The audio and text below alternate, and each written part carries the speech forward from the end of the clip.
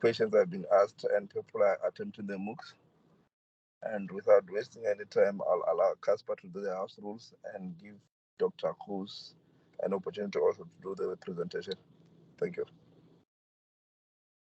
Thank you so much, Camille. Welcome everybody to today's session. We only have a few small house rules for today. We would like to ask everybody to please mute your cameras to save data and bandwidth. Also to mute your microphones, keep all the background noise to minimum. If anybody has a question at any point in time, please feel free to raise your hand, or you can use the chat area. And then I think that's all from my side. Over to you, Dr. Huss. Thank you, team. So, of course, when I tried to get into the session, then that's when the laptop decided to freeze, despite the fact that I've been working on it the whole day. But that's what technology does to you. All right. So welcome to everybody in the session. And we've reached Unit 4 of M2, which is kind of where we pull everything together. And I do think you don't realize how much you've learned until you sit and ponder and see what ground you've covered. So in M1, we did the basic chassis, we did the basic programming, we did just navigation, and then we did the passive attachments. And in the last 4 days, including the 3 days and today, we've done sensors, we've done loops, we've done decisions, and yesterday we did gearing and powered attachments. And so what I would like to do today is really pull it all together and say, so, okay, so now that you've learned all this stuff, how then do you apply it in solving a problem? Okay, so whenever you're faced with a problem, it's kind of, you have a chassis, and what now? All right, and so you always need to ask there's never a wrong answer, by the way. It's just you need to start asking some questions of what do you actually want this robot to do. And so the most important thing that you need to do is to say, what is the verb? What does this robot? If it just needs to push something, then a powered attach is not necessary. You can just push it with a passive attachment. But if you need to lift or drop or hit or collect or lift or any of those verbs, then your thinking must already go, I'll need a powered attachment. All right. Is the path to wherever we need to go, is it straight? Can the robot reliably go that way? Well, maybe do we need a sensor? Do we need a sensor to follow the line? Do we need a sensor to see when we've come to the end of the road to turn? And so I'm glad we're a few in the session that we can actually talk about it. So if you unpack the learning, so you look at the sensors, you look at your powered attachments, you look at the different ways of programming, the looping and the decisions. How are we going to apply all of that to solve a problem? So I'm going to kind of give you a summary of kind of your thinking process. I think for the younger children, maybe have a checklist, draw up a checklist, and then they must write the answers to kind of until they get into the flow of analyzing. It's all part of problem solving. And so it's kind of steps, and you'll notice by second and third year, if a team is going to compete or go to another level, then your team is kind of already going to be in that mode, and then we'll take it further. So then have multiple sensors, have different structures on your powered attachments, and so you just keep pushing the boundary. All right. So let's just go to the presentation, and then I'd love to hear your questions as well. So let's just close this off here. All right. And then I need somebody just to confirm that my oh so lovely picture is available. Yes? Yes, I see your doctor's screen. Thank you very much. There we go. All right, so this is the next session, because this is the next series, and so this is the next session. So welcome, and this is really you've done the basics, okay, and then at some point you need to assume you totally understand the basics, and now this is the next part of it, and so this is already part 4. So really welcome, and congratulations for getting to this. So, but this is kind of where you need to just pause a little bit. And this is also a kind of a good time when you need to assess the learning of your team. And so what I would really suggest is that your teams actually participate in at least one robotics challenge or robotics competition and see to what extent, where are your learners. All right, so we're going to pull together sensors and then multiple sensors of that, then using flow control, so either decisions or looping, and then the use of gearing with a powered attachment. All right, and all that together then solves the problem. Okay, so yay, this is the last hurdle of the amazing race, and well done to all of you who are still here with us. All right, so this is just our class culture. You'll notice that we do team, everything does to team, and we really encourage you to be an active participant of the team, really, really. All right, so kind of just jumping into it, if you have any problem, now the problem is, I maybe should put little asterisks to that. Whatever the problem is what is set in front of you. So it might be just a straightforward problem of driving there and coming back, or driving there, picking up something and driving back. So whatever your problem is, it obviously goes up in complexity. For instance, the WRO challenge, the World Robot Olympia Challenge, usually has multiple parts to it. All right, so and then but the one depends on the other one. So and not to lose your thinking, I would definitely go for lots of paper and lots of pens, and draw things and kind of analyze what you're going to do and what can be done and how you're going to do it. For a first Lego League challenge, you've got about 16 missions. So then I would say choose a mission and use that as your problem, divide and conquer that problem. And then once you have a solution for that, then you move on, choose another mission, solve that problem. And eventually you can actually pull it all together. But you need to kind of understand, okay, so what is the problem on hand?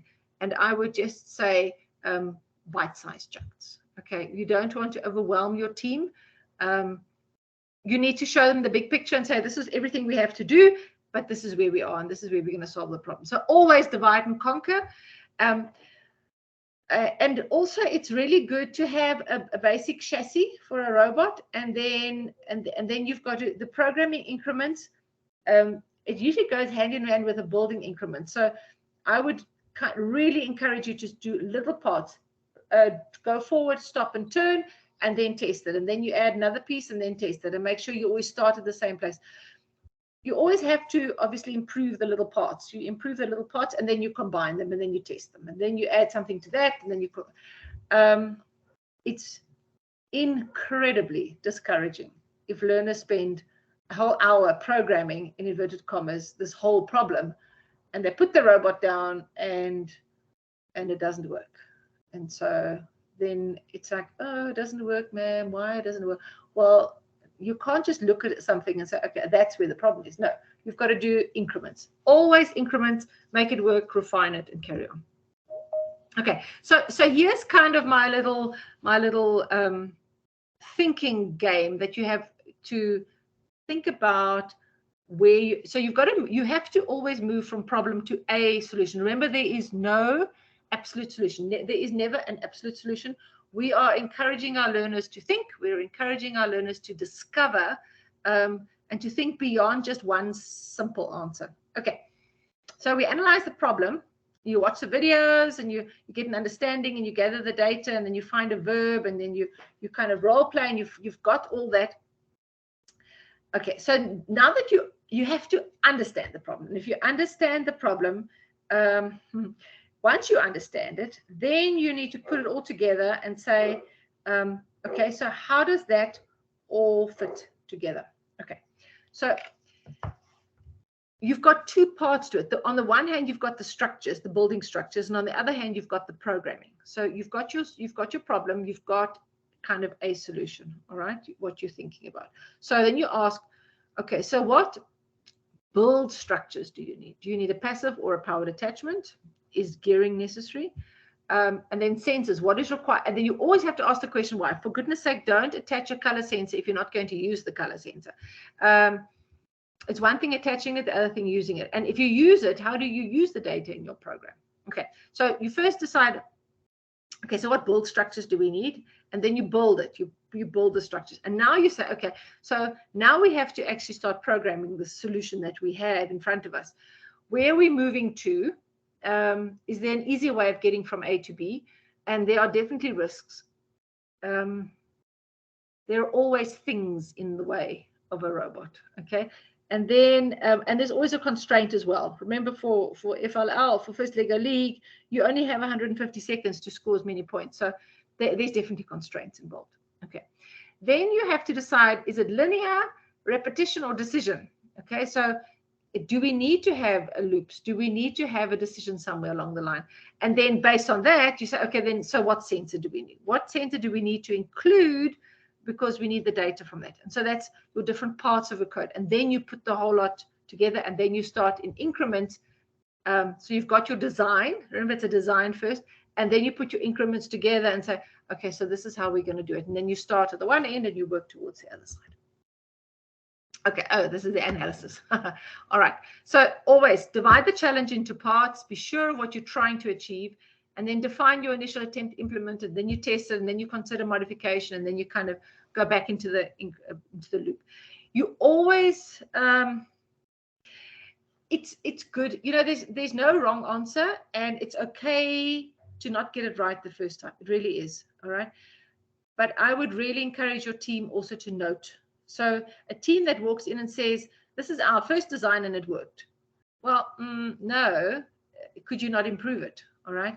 So I would really encourage you to encourage your teams to think of multiple solutions and say, okay, this is our first chassis. Maybe we can improve it by adding sides, or we can improve it by adding a roof, or we can, yeah. So whatever kind of improvements are needed, or redesign and attachment. Okay, but keep pictures. All the kids have got phones, so let them take lots of pictures of with their phones, and just to kind of keep it in sync.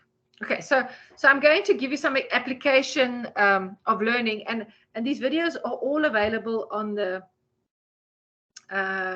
internet. But I actually want you just to kind of look and bear with me. So this is the WRO 2021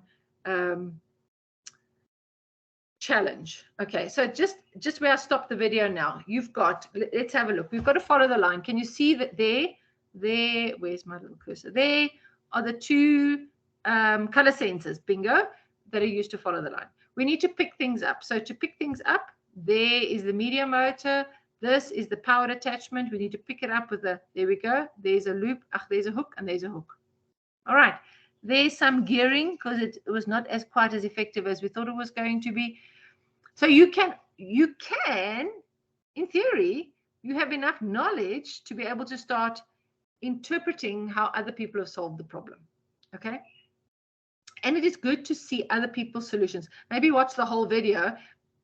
Maybe first go and look at the specs and see what the challenge is. And then say, okay, so how do we then solve this problem? Okay. So here, let's go another application. This was a really cool one. It was in 2010 when WRO started in South Africa. And we thought, oh, we are never going to get this done. All right. So if you look straightforward, it's got to go up and down this column. Okay. And if you watch the whole video, you'll see there's a ping pong ball on the top. Okay. So just have a look. So you've got the motors with the wheels going up and down. So the wheels, instead of going vertically, horizontally, they now go vertically. So you've got motors, you can do navigation. So that you can do. Cool. Then you have a color sensor here, which tells you on what color. If it gets to red, you know you can't go any further because you are you're at the top of the tower. Okay. There we go. Okay. And then if it comes down, and it goes, and you can see the red shine there. It's got another color sensor here because we're going to follow the line here, and there's another tower on the other side. Okay, so already, if somebody says to you, how do you build a robot that can go up and down a tower and follow a line? So you know, you've got to have motors quite tight to go up and down the tower, right? You need a color sensor to say how high you are up and down the tower. And there's actually an arm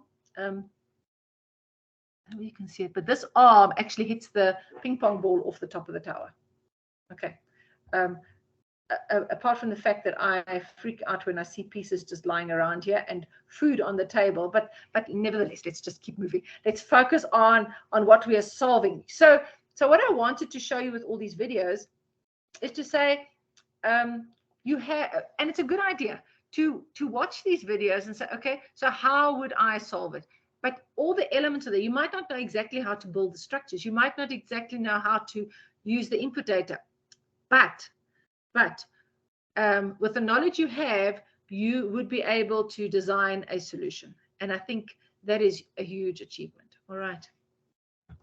So this is one of my favorite ones. And there's a similar one to it. And I think it was 2016, but this is definitely a fun one.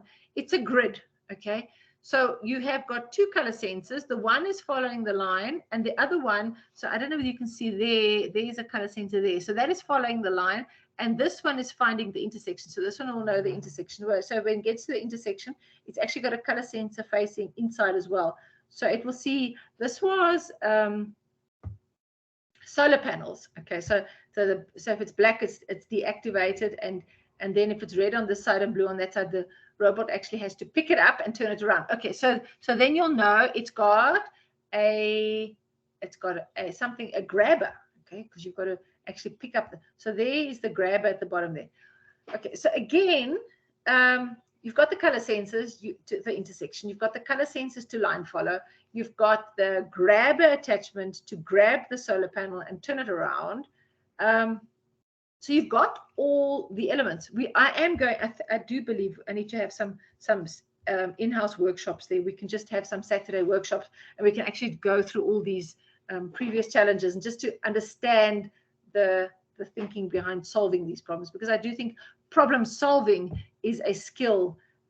It's just too easy to say, I can't do it. And if I'd shown you this, if I'd shown you the math on Monday and said we're going to solve these problems, you would probably have said to me, no, I can't do it.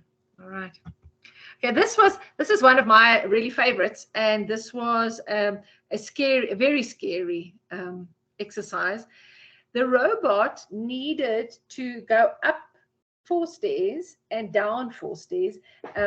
This ping pong ball on the side was actually supposed to be a boiled egg, but we lost too many eggs in the process, so we we replaced it with ping pong balls. But and what was just a little hidden is that the steps double in height. Okay, so if you were to solve the problem, you would look at the points. You obviously only have a limit. I think it's 2 minutes. You've got to go up and you've got to come all the way down. So when you're analyzing it, the one team decided it's too high risk to go all the way to the top and then all the way to the bottom and then, well, lose the egg. So they only went up 2 steps and down 2 steps with the egg intact, and they won. They won because they went the path of least resistance, and so they got the most points in theory. But this robot, and so you do have a practice time. When the robot went up initially, it kind of missed one rotation, and so it didn't quite get up onto the top step, but it did eventually get up onto the top step. And it was a fun. If you go and look at this video, well, I was the coach, I wasn't the participant, but anyway, it was a lot of fun. All right, so here is another. But now I'm going to stop talking, and Tumelo and Casper and Cabello are going to watch who puts their hands up. This is about a maze. So it's a maze with a touch sensor challenge. All right. So anybody want to kind of walk me through what is the solution? How do you get a robot on this side of the bottom here, over here? Put the robot in here and it's got to get out there. How would you do that? Anybody want to say what are the sensors? What is the flow? Do we need any gears? Do we need any attachments? Anybody?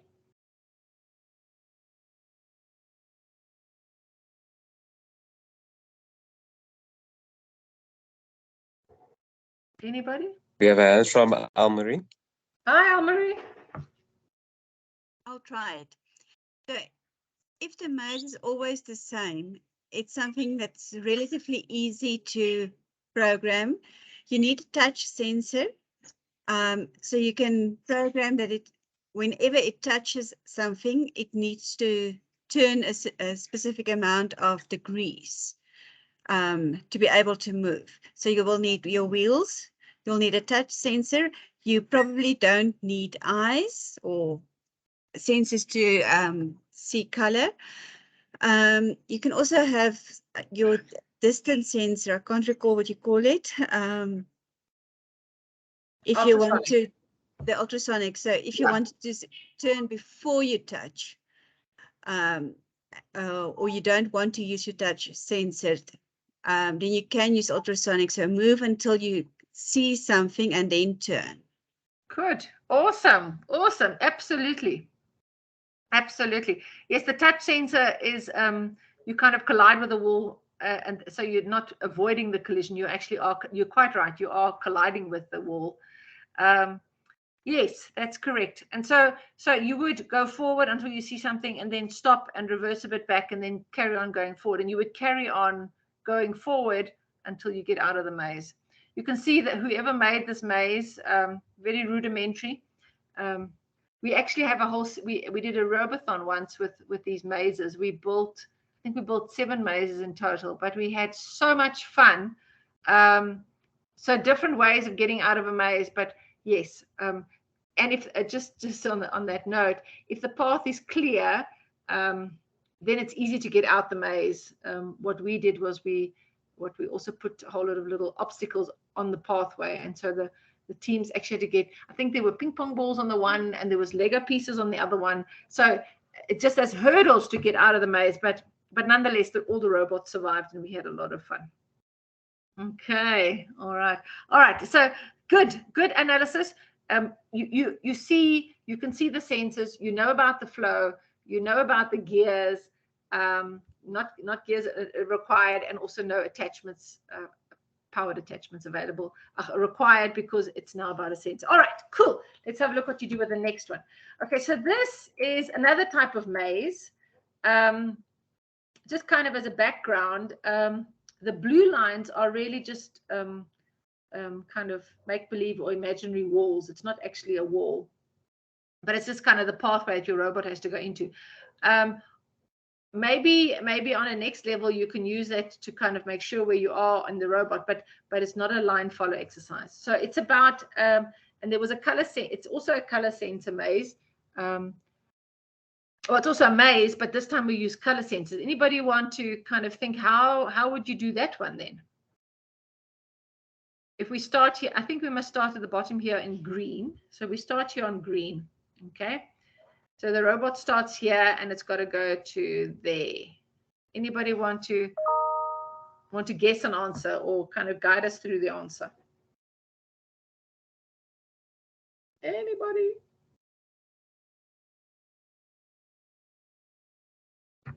It seems that with each color, there's a specific direction to turn to. Yeah. So every time there's yellow, you need to turn left. Every time there's red, you need to turn right. Very good. Green as well, it is turning right.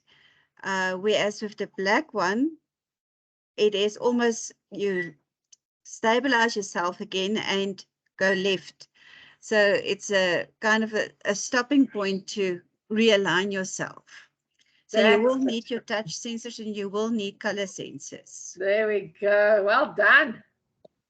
Dr. Gijs, we even have a hand from, I think it was Miss C. van den Berg. Okay. I'm listening.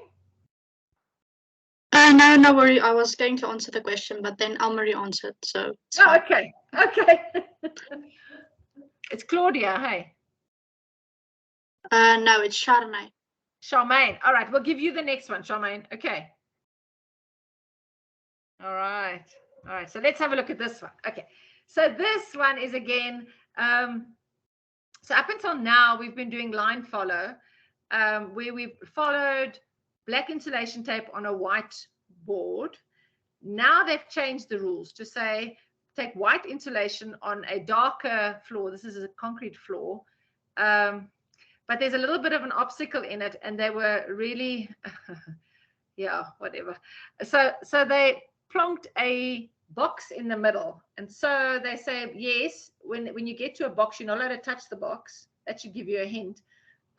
You've got to go around the box.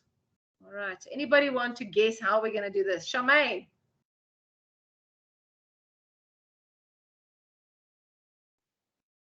I'll have to think about this one for a while. Okay. All right. No problem.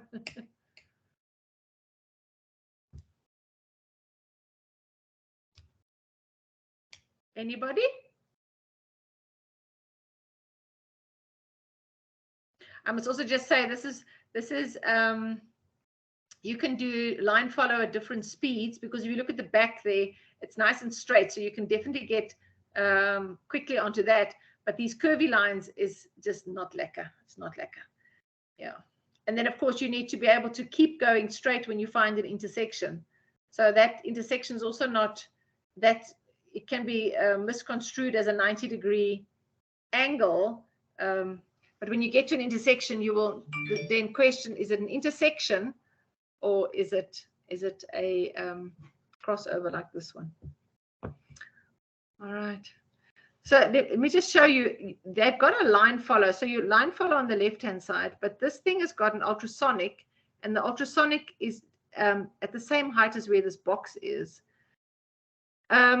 What I would suggest, there's no powered attachment for this one. But so if you're coming down here, around here, and you're coming down here, and then you see the box, I would, my first proposal is that you then stop, and once you get here, you turn, and you go round and round, and then you find the line again. So that's my 2 cents. Okay, and then you carry on following the line and around the line and over here. Now you've got an intersection, and you know you've got to go straight over the intersection. I think it was one of the rules as well. All right. And this is the constraint here, is about time. Is how long do you take to complete the course? And so obviously the winning team will be the one that completes the course the quickest. All right. Lots of really cool line follow stuff. We've got some great mats now where we go curvy lines and straight lines and bumpy lines. So it's all part of challenges on the way. All right, let's have a look at the next one. Okay, so this is one of those powered attachments, but just, and it's the forklift. It's just the normal forklift, and there are several forklift designs available on the internet. This one is slightly different, and I'll tell you why it's good maybe just to build this with your team or build this with your class. What we are trying to do is always give them alternative frame of reference. Okay, so can you see already and it's the whole reason why it is like this is to counterweight is to counter the weight of the item that you're going to pick up. Otherwise your robot is going to tip. Okay, so here you've got the brain standing vertically, and you've got the motor standing vertically. All right, and so this is actually about center of gravity. As much as it is about lifting something, it is also about center of gravity. I'm not sure whether you can see it, but there should be a ultrasonic. The ultrasonic is like embedded in here. You obviously need to stop as soon as the item is close to your forklift, and then you lift it up. It's a fun thing to do. It's a really fun program. And I would, for the end of term, when your teams just want to do something really lekker, really kind of out the box. All right. So I would encourage you to make a chocolate always works, of course. So and see where the teams will get it, that they have to build a little stand before that they lift it up, because with those forks, you can't actually lift up a chocolate. It'll need to be on something before you can lift it up. And then pick it up and see who can go the furthest, or who can get the chocolate to base the quickest and something like that. But let everybody eventually have chocolate. The trick here is the center of gravity. And so the weight of the robot needs to counter the weight of whatever you're lifting up. You'll also see there's other forklifts with a kind of a Riley Rover design. Not as effective. Okay, All right, but this is just a fun thing to do. All right. Okay, this is my little, the claw and the lift mechanism for your robot. So this is a really cool little fork and lift robot. You'll see inside here, there is my little worm gears, and there's your spur gears, and they are rubbers just to make sure you hold the item. Obviously, the item that you're grabbing is going to depend how long these arms are. What I really want to show you about this one is that it's rigidly got in a casing. Okay, so it's got this casing, it's attached, it's going through, that axle goes straight through to the other side. It's really important that your gears don't slip. And so the Riley Rover little worm gear thing, that's very easy for the gears to slip out and for the arms to slip out. Okay, it's just a better structure. What I also want to say, the claw and lift mechanism, your team might be prompted to modify the lift mechanism. I had a team way back in 2013, 2014, and they needed to lift, so they needed to grab something and lift it with one mechanism. Anyway, they found the basic building instructions, and then they really modified it. They modified it to the nth, and so they had it well practiced, and they could rebuild their attachment several times. That mechanism they then put on the at that time was Lego Digital Designer or the Bricklink Studio app. They actually put it on there to keep it and maybe to use it for other teams, because it worked. It really did work. Okay. You'll see here as I go along, you can see where I'm looking for things. But this was a really cool attachment, and it's good that learners know how to build it. Okay. Last but not least is this dog gear concept. Okay, so there's a lot of information on dog gears, but this is basically you mount this structure onto your media motor, and look how nice and tightly it is between the two color sensors. All you need is you need to still close off over here that the light doesn't get in, but you can attach your sensors. You've got 2 pins there, and obviously your attachment that you're going to put on might just have 2 pins. So 2 pins there and 2 pins there. You've got 4 pins to make sure that the gears mesh. So what you've got here is you've got 3 little connectors, and your knob gear fits into there. All right. I'm just thinking, no, it won't fit in there because it needs 4. Oh my goodness. Then what was? I'm just thinking what gear would fit in there. Okay, this needs a different attachment then. All right. Oh, just knobs. You can use just knobs. I'm thinking, what are we going to do? Okay. All right. So that was just something else. This is the closed chassis kind of that we were talking about yesterday, that to keep the light out. Okay. And that is, so then again, there's sensors. Well, this is not what it is about. It's about gearing and about attachments. Okay. Okay, so your happy day is there are all the links. There are all the links to the 6 applications that we kind of went through now. And it'll be good to show your teams the videos and then say, are there sensors involved? Is there looping or repetition involved? Does gearing play a part here? And then also for the attachments. Yeah, there's just so many examples. There's a diverse collection of examples. All right, so just to recap, you take the problem and you analyze, watch the videos, talk about it, get an understanding of what you need to do, because the verb kind of gives it all away. Decide in terms of building structures, do we need to build a powered attachment or a passive attachment? And if we have a powered attachment, do we need gearing? And then if we have sensors, well, why do we need sensors and how do we attach them? Do we attach them in front? Do we attach them up? Do we attach them to the left, the right? Where do we attach them? And then linked to that is then your programming code. So describe, you've got to say where you're going to move to. You're going to move straight, you left, right. Do we need some linear? Do we need a repetition or decisions? And then how to include the sensor data. Please do not put a sensor onto your robot if you're not going to use the data. All right. You build up your little pieces of code, and then you put the whole lot together, and then you test the whole lot. All right. So this is the new Superpower Challenge. You can see there are lines to follow that you can see. but do you see also there's 2 launch areas? So you can touch the robot from either side on the launch area. Okay.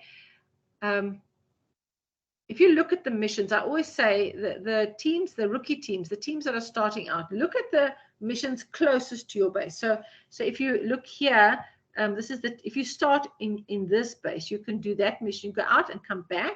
All right. And then you can, if you start here, you can go straight out there, push that and come back. All right. Then you can go this way and come back. Right. So now you've got 3 missions. But instead of coming back, you do this mission, reverse a little bit, and then you go to this side. Great.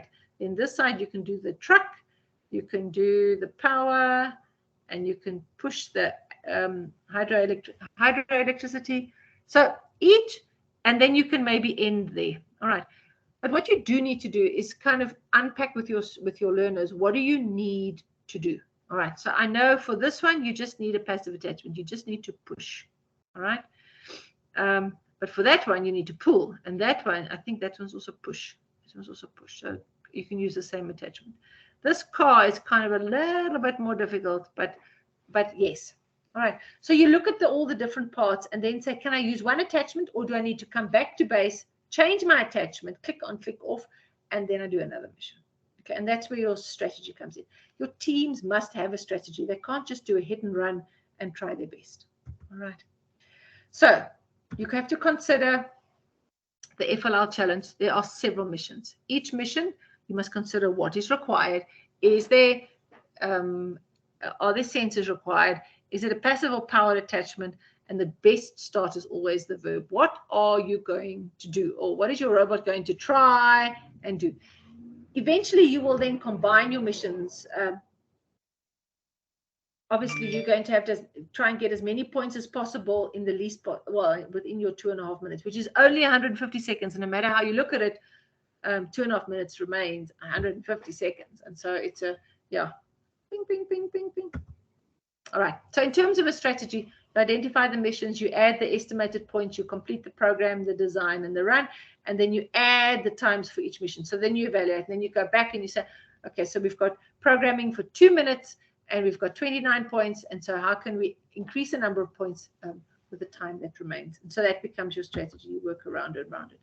Just in case you don't know, this is for Cargo Connect. There should be a scoring sheet for super powered, but everything gets a maximum score. So that's your maximum score. That's your maximum score. And that gets written over there. And then the scores all get added up. And then you get a total points. And that's your score for the moment. Okay. Examples are still coming in for super powered, and we're going to add them too, but it's for those who are still doing their Cargo Connect celebration events. There's a lot of information that you can watch, and you can get some information. I added the gyro. The gyro sensor has always been a problem. If your table is being bumped, please don't use the gyro. The gyro is there for accuracy, and it doesn't actually give the accuracy. Okay. And then of course these teams that brag with all the points they get with 680 points is freaking amazing. But you know what, watch them and see how their strategy works out. They have a strategy. They put challenges together. I'm waiting for some really cool videos from Superpower, and then I'll let you know. Okay. So for Unit 4, please complete the portfolio, and we have a live online learning session schedule available for September, which should be out already, and I think Anzani has sent it out. For September, we are running a number of workshops for UNISA students on 5 regional campuses, namely Sunnyside, Florida, Vaal, Ekurhuleni, and Johannesburg. And so that's for September. We'll probably come live from one of those venues one of the days. And then for October, the October schedule is nearly done. We have some live on, we have some in-person holiday program days, 3 days. And yeah, it'll be great if you can join us even just for one of those days. It'll be great. Okay. Okay, so I'm going to stop. And I'm sorry if I overwhelmed you, but it's good. And let's see what we can do. Yes. Anybody? Okay, let's have a look. Angie, you've got your hand up. Yes.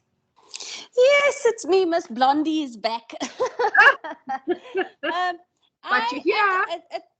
I am here. I'm trying.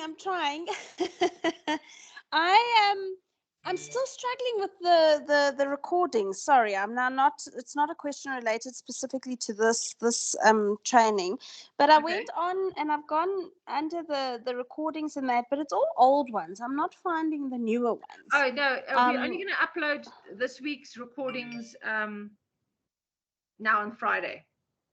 Okay, but I missed one due to bad reception about 2 weeks ago. I think you might have noticed I only joined at like the end of the training because I was struggling with reception. So I missed that. Is that also not loaded yet, or is that loaded already? M1 or M2? I think it was M2. Okay, so this week's M2s I'm going to upload on Friday, tomorrow. Okay, all right, Okay. all right. Awesome, thank you. Promise.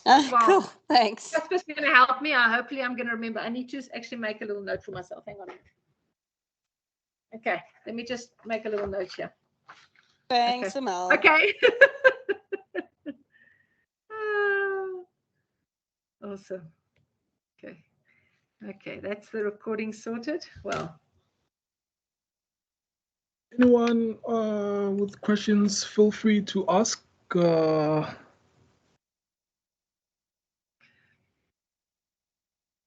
See, there's no questions yet regarding the session. Okay, maybe I can also just add that a lot of teams, you can maybe just take, if you want to analyze, say, all the first Lego League missions, all right? So you have a little baby, a chassis, okay? And then you say, okay, so what must the robot do? First of all, we always go forward on our traction on our wheels. So we go forward. What must, and then it's good to have your hand to say, do we lift it? Do we drop it? Do we fetch it? What are we doing? And then create a attachment, kind of what is expected of it. It must actually hit. I think this one was the hitting one. I don't even know. I think that was just to hit it down. Yeah. Okay. And it's good to experiment with it. Unfortunately, there's no right answer for solving a problem. Sometimes the learners also just overthink everything. And so you've really got to keep it simple to say, what is the quickest way we're going to, and whatever the verb is, push this. Okay, so the one is the on the one challenge is to push the television up. You just need to push it. Okay. If you're doing the virtual gear competition on M3, there's a lot of things you need to grab, lift, push, drop. All the verbs are covered there, and so it's really inverted commas. It's the best starting point to say, what is the verb? What are we doing? Are we dropping it? Are we fetching it? Are we, or stacking it, putting things on top of each other? Yes. All right. It's also good to watch that not all teams analyze a problem similarly. Some teams make it really complicated. Some teams just keep it very easy. But whatever their solution is, they need to go through the steps. Because one of the questions would be, if they haven't used sensors, why did they not use sensors? If they've used a passive attachment rather than a powered attachment, why? Why did they rather do that? You must be able to justify, and it's not to catch the learners out. It's to make sure that they've thought this through, to say what is the most effective and efficient way of doing something. Okay.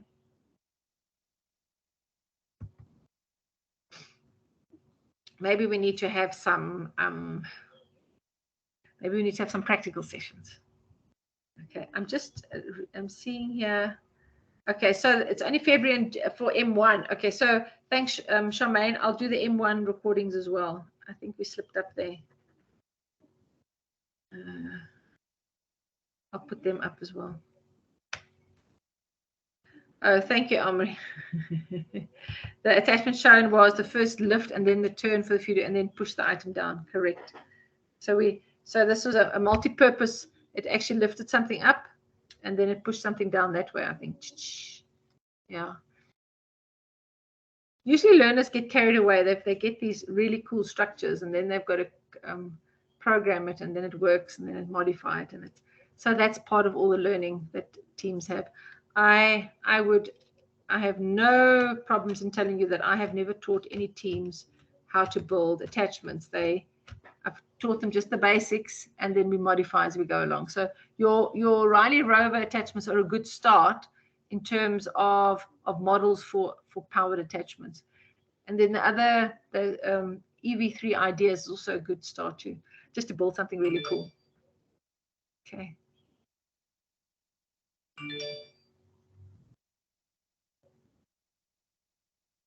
Sorry, Angie.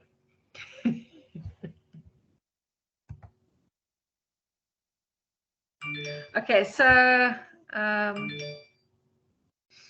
so Louise, you're doing Spike Prime, and we're getting there not as an experience, but learning and growing. I think that is an important part of the journey.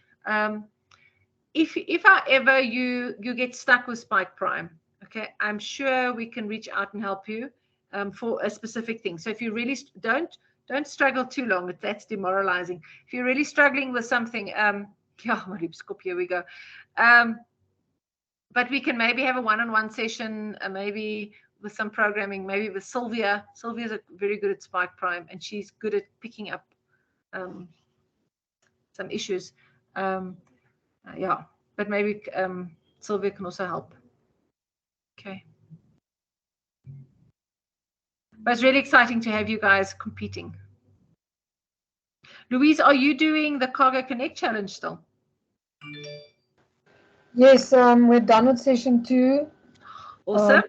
So we're submitting, and then we'll receive 3 and 4 soon. Oh, wonderful, wonderful, excellent.